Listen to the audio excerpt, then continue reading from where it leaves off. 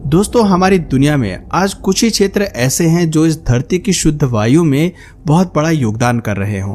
और अगर बात करें ऑक्सीजन के सबसे बड़े उत्पादक की, तो अमेज़न के जंगलों का नाम उसी सूची में सबसे शीर्ष पर आएगा।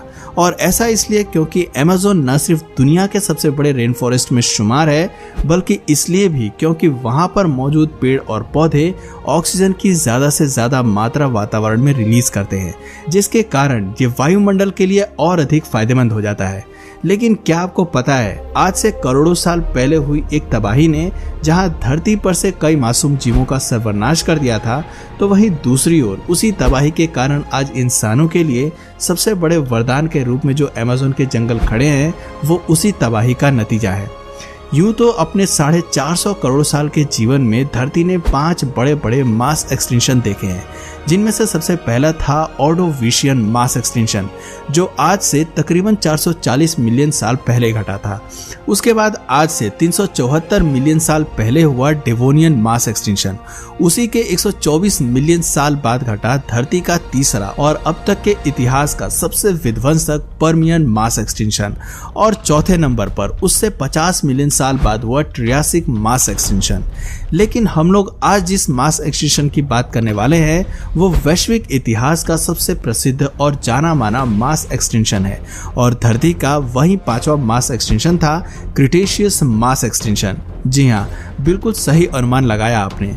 ये एक उल्कापिंड द्वारा धरती पर घटित वही जनसंहार था जिसने डायनासोर्स की पूरी आबादी को महज कुछ ही दिनों में मौत के घाट उतार दिया था। लेकिन इसका असर सिर्फ चलने फिरने वाले जीवित प्राणियों पर ही नहीं देखा गया था, बल्कि वनस्पति जीवन पर भी इसका एक बहुत ही गहरा प्रभाव पड़ा, जो तत्कालीन स्थिति के हिसाब से तो बड़ा ही विध्वंसक था, पर कहीं ना कहीं उसी वनस्पति जीवन को हुए नुकसान के कारण आज हम इंसान कुछ बेहतर सांस ले पा रहे हैं। बात है आज से 67 मिलियन साल पहले की। ये वो समय है जब अभी तक किसी भी तरह का कोई उल्कापिंड धरती से नहीं टकराया था और डायनासोर अभी भी धरती पर संपूर्ण स्वतंत्रता से राज कर रहे थे। इस दौर में उन इलाकों पर जहां आज के समय में अमेज़न के जंगल मौजूद हैं, वहां पर कॉनिफर्स जैसे पेड़ों की प्रजातियां उगा करती थी। जिन लोगों को नहीं पता कि कॉनिफर्स असल में होते क्या हैं, उनके लिए बता दें कि ये पेड़ और पौधे की एक ऐसी प्रजाति है जो आमतौर पर लंबाई में तो बहुत ऊंचे होते हैं, पर उनका घनत्व बड़े ही न्यूनतम स्तर पर रहता है। उदाहरण के लिए cedars, cypress, firs, junipers, kauris, larches, pines, redwood, spruces और यूविस जैसे सभी पेड़ कॉनिफर्स की जीनस का या तो हिस्सा होते हैं या तो इन पेड़ों के जीनस कॉनिफर्स से बड़ा मेल खाते थे। अगर और ज्यादा गहराई में जाएं तो ये कॉनिफर्स जिम्नोस्पर्म्स की कैटेगरी में आते हैं। अब पुराने दौर में क्या था कि उस समय के अमेज़न वाली जगह में पेड़ों के पत्तों द्वारा इतने घनत्व उत्पन्न नहीं किया जाता था जिससे सूर्य का प्रकाश सीधा जमीन की स्तर पर आए, और उनसे इन जिम्नोस्पर्म्स को बढ़ने के लिए और फेवरेबल एनवायरनमेंट मिल गया। स्पेशियस एनवायरनमेंट जिम्नोस्पर्म्स की ग्रोथ के लिए सबसे महत्वपूर्ण होता है, जिसके कारण वो हमेशा घनत्व वाले पौधे यानी कि एंजियोस्पर्म्स को डोमिनेट करके रखते थे। ऊपर से डायनासोर्स की उपस्थिति में अगर कभी ऐसा मौका आया भी कि एंजियोस्पर्म्स को डोमिनेट करने का मौका उन्हें मिला हो, तो उन विशालकाय जीवों की उपस्थिति में ऐसा कभी संभव हो ही नहीं पाया, क्योंकि कारण साफ था। जब भी घनत्व वाले पेड़ पौधे ज्यादा बढ़ने लगते थे, तो अपनी भारी डाइट के कारण शाकाहारी डायनासोर्स उन घनत्व वाले पेड़ पौधों को ही खाने लगते थे, जिनसे उन्हें ना तो बढ़ने के लिए जरूरी वक्त मिलता और ना ही वातावरण। लेकिन ये सभी परिस्थितियां एक झटके में उसी वक्त बदल गईं जब धरती पर एक 12 किलोमीटर की चौड़ाई वाला उल्कापिंड गिरा, क्योंकि जैसे ही वो उल्कापिंड धरती की सतह से टकराया, संपूर्ण संसार में मानो जैसे रेडिएशन और धूल की ऐसी सुनामी आ गई जो शायद ही जीवन की शुरुआत के बाद किसी भी जीवित प्राणी ने कभी देखा होगा। इसके अलावा पूरी दुनिया भर में शॉक वेव की वजह से ऐसी सुनामियों ने दस्तक दी जिसको किसी भी दौर में इंसानों ने नहीं देखा होगा। वहीं दूसरी ओर उड़ती हुई धूल के कारण धरती के कई कोनों में इतनी मोटी डस्ट की परत जम गई कि सूर्य की किरणें उन क्षेत्रों में कई सालों तक पड़ी ही नहीं, और इन्हीं विध्वंसक घटनाक्रमों के परिणाम स्वरूप जमीन के ऊपर उपस्थित 75% आबादी नष्ट हो गई और वहीं 40% वनस्पति जीवन भी हमेशा हमेशा के लिए विलुप्त हो गया। लेकिन कई हजारों साल बाद जब ये स्थितियां वापस से सामान्य होने लगी तो इस धरती ने कई रोमांचक बदलावों को अपने सामने देखना शुरू किया। जैसे डायनासोर्स की उपस्थिति में स्तनधारी जीव यानी कि मैमल्स संपूर्ण आजादी के साथ धरती के ऊपर घूमने लगे। और उसके बाद जीवन की शुरुआत कैसे हुई, इसके लिए आप हमारा पुराना वीडियो तो देख ही सकते हैं। जहां एक तरफ जीवन एक नए सिरे से पनप रहा था तो वहीं एक इलाका ऐसा भी था जहां एक नए स्वरूप की शुरुआत हो चुकी थी।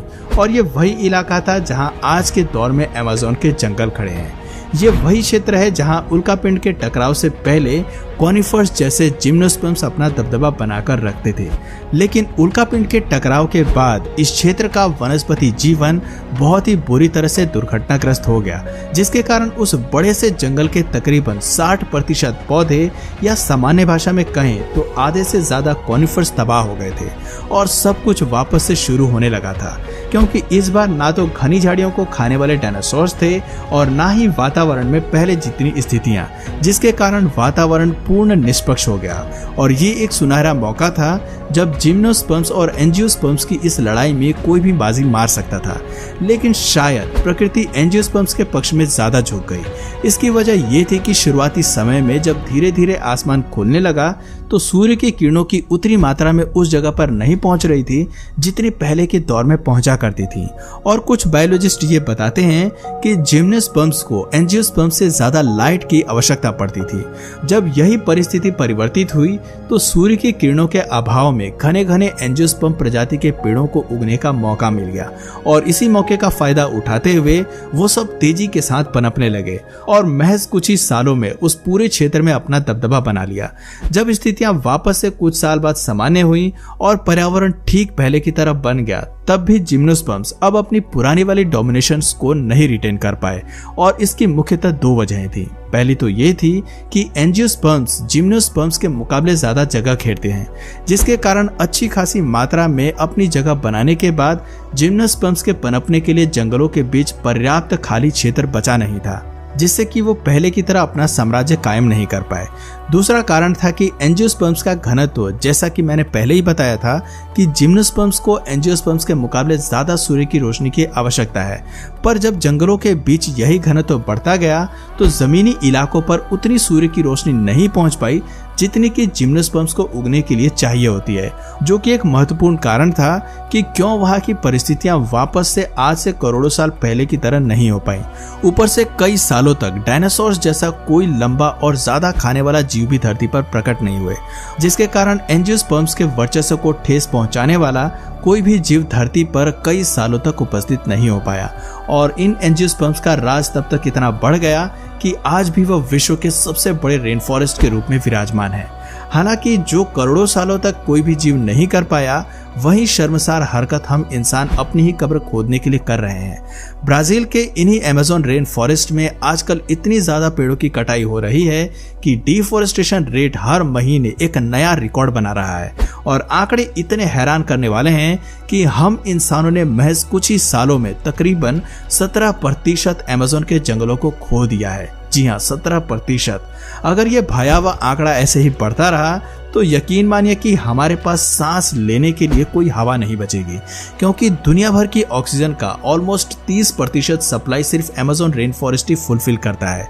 लेकिन जरा सोचिए कि अगर यही 30% ऑक्सीजन का हिस्सा हमेशा हमेशा के लिए कहीं चला जाए तो इंसान सांस लेने के लिए कहाँ जाएंगे, क्योंकि कार्बन एमिशन रेट तो हर साल बढ़ता ही जा रहा है, इसमें कोई शक नहीं। इसलिए अगर हम लोग कार्बन के बढ़ते हुए स्तर को नहीं रोक सकते तो हमें ऑक्सीजन को इतना बढ़ा देना चाहिए कि हमें कभी भी इस जीवनदायिनी गैस के लिए चिंतित नहीं होना पड़े। इसलिए दोस्तों, आप सभी से अनुरोध है कि ज्यादा से ज्यादा पेड़ लगाएं और पर्यावरण को बचाने के लिए अपना अपना योगदान दें।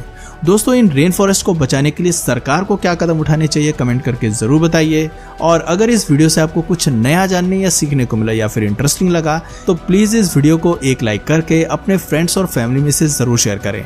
और यदि आप इस चैनल पर नए हैं तो प्लीज इस चैनल को सब्सक्राइब करके बेल नोटिफिकेशन आइकन को ऑन कर लीजिए ताकि हमारे आने वाले वीडियोस आप मिस ना करें। मिलते हैं फिर किसी वीडियो में नए टॉपिक के साथ, तब तक के लिए नमस्कार।